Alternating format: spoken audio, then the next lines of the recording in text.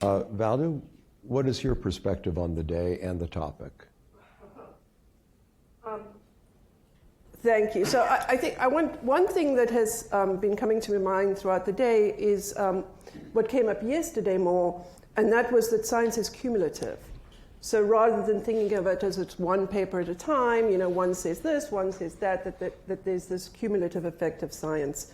And I also like today the idea that science is cyclic, so that what we do at any part of the cycle does not only impact that part of the cycle, it has a cyclic effect. I think we kept hearing that we need culture change. We kept hearing that we need to change norms. And so looking at myself and thinking, well, how do we, I will take on board that there needs to be a culture change within publishing as well. So how do I embrace that for our journal, which is all I have power over, really. And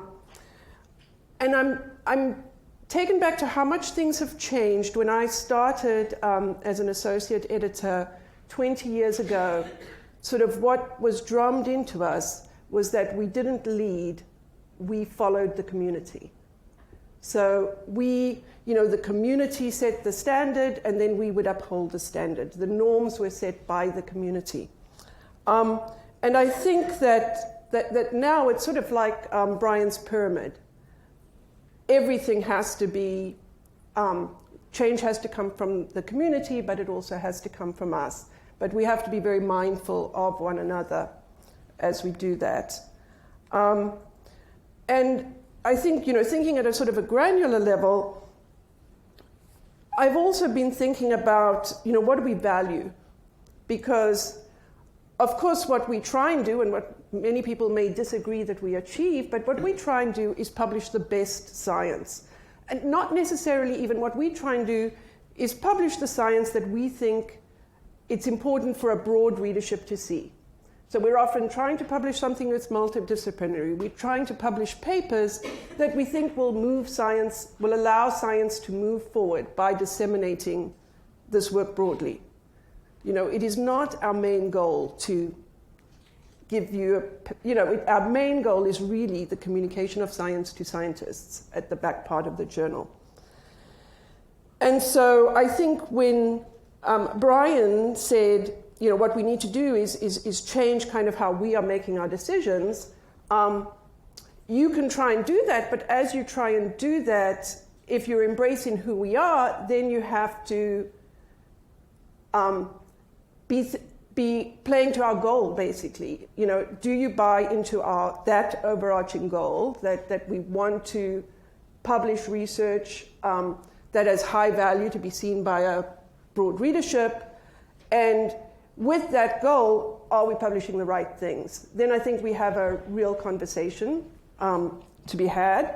And what's been sort of, what I've really been thinking hard about today is, we keep on getting this idea of exploratory research versus confirmatory research, preliminary research versus confirmatory research. And I wonder if in a new culture, even some of those words need to change. They're so loaded. With what is better and what is worse. So I'm sort of rambling, I'm sorry, because I'm trying to gather all these thoughts I've had today. So sort of with that in mind, I'm thinking of the papers we publish, and I'm thinking of how many papers published in our journals, are papers where, and also many papers we reject for this reason, are papers where, figures 1, 2, and 3, beautiful, well-powered, in vitro.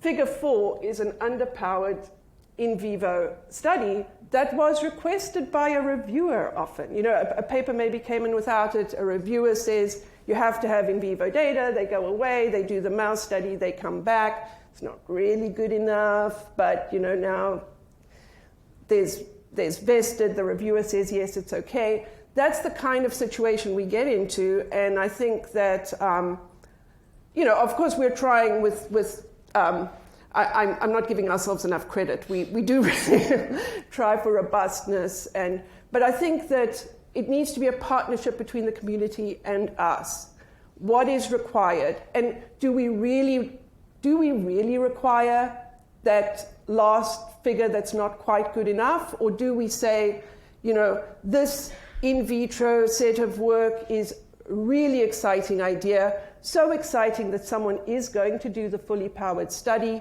therefore that's what we publish. And, you know, then, but you know, yeah, this is sort of a culture change, right? And it would take a lot to get it to happen. So I'm just saying that's the sort of culture change that I could see should happen at our journal. I'd at least be willing to entertain that argument.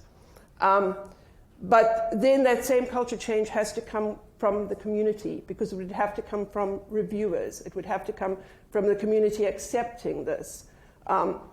Because it's kind of, you know, you won't believe the number of times, you know, we reject a paper and we get the letter back that says, but you published. So can you imagine the number of but you published we would get if we implemented something like that? So anyway, those are just thoughts. Thank you so much.